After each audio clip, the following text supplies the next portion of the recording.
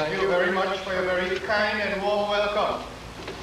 Reverend Randy, the congregation of St. Charles Presbyterian Church, and members of the Calcutta Bhajan Group, I am delighted to be here this morning to speak to you on the significance of the celebration of Indian Arrival Day at a national level, and more specifically on its impact on the Presbyterian Church in Trinidad and Tobago and vice versa. Firstly, I must offer sincere congratulations to your church for having that vision and foresight to observe this significant day at the church service. Hopefully, in the future, more religious institutions, churches, temples, and mosques will incorporate such observances in their services. Just for a few minutes today, I want you to enter a time machine with me and take an imaginary journey into the past.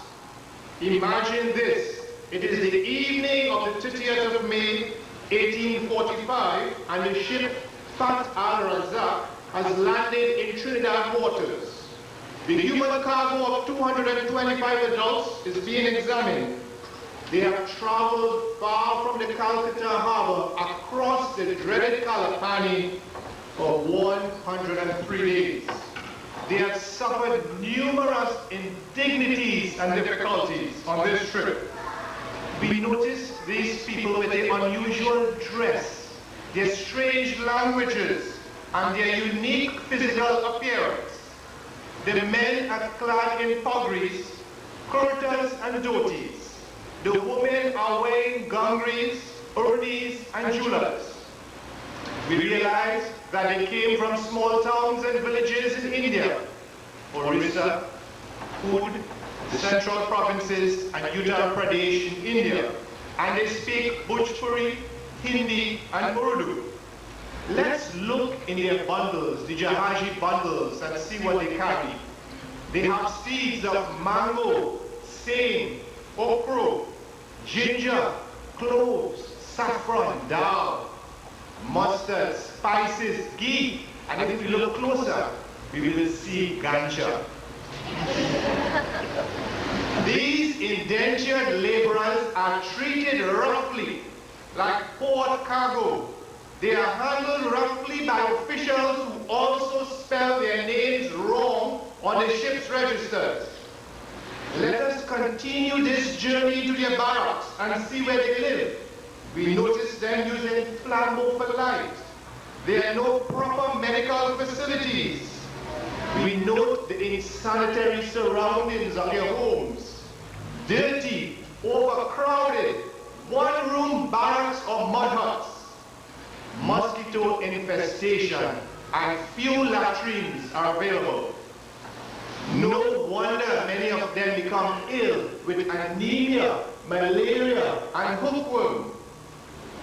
They labored for long hours in the hot sun, just for a few cents, men, women, and children.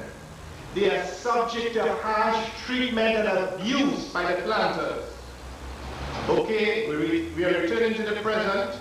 We are no longer in that time machine, and we must ask ourselves the question, how did such a downtrodden, scorned community become so empowered fairly quickly and move up this social ladder by the end of the 19th century? The Presbyterian missionaries from Nova Scotia in Canada played a crucial role in the assimilation process and social mobility of East Indians in Trinidad. The Presbyterian mission began Princess Town and Irish Village. Their primary schools were known as Canadian Mission Indian Schools, CMI, later Canadian Mission Schools, CM Schools.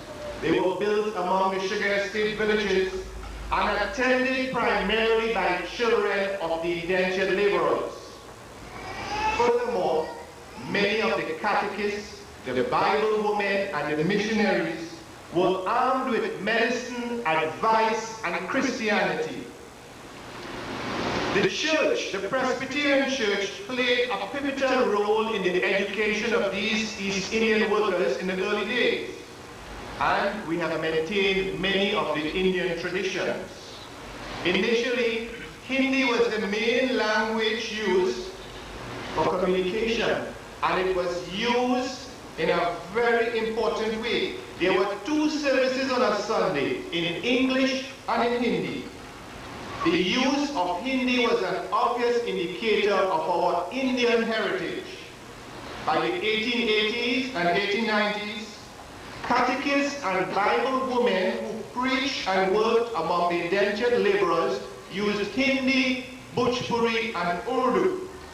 Local ministers such as Reverend C.D. Lala from central Trinidad conducted services in Hindi, sang bhajans, and gave instructions in Hindi.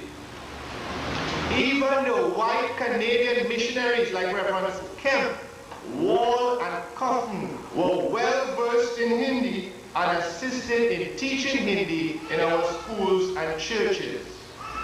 These Canadian missionaries displayed competent literary skills and profound knowledge of both the Mahabharata and the Ramayana.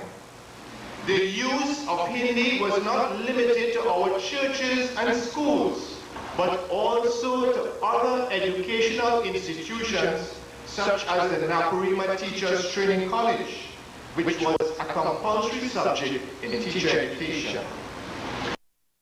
In the 20s and 30s, this language, Hindi, was also being taught at the Theological College, Naparima Girls High School, and Naparima College. Additionally, the early editions of our Trinidad Presbyterian, our newsletter, was in Hindi and English.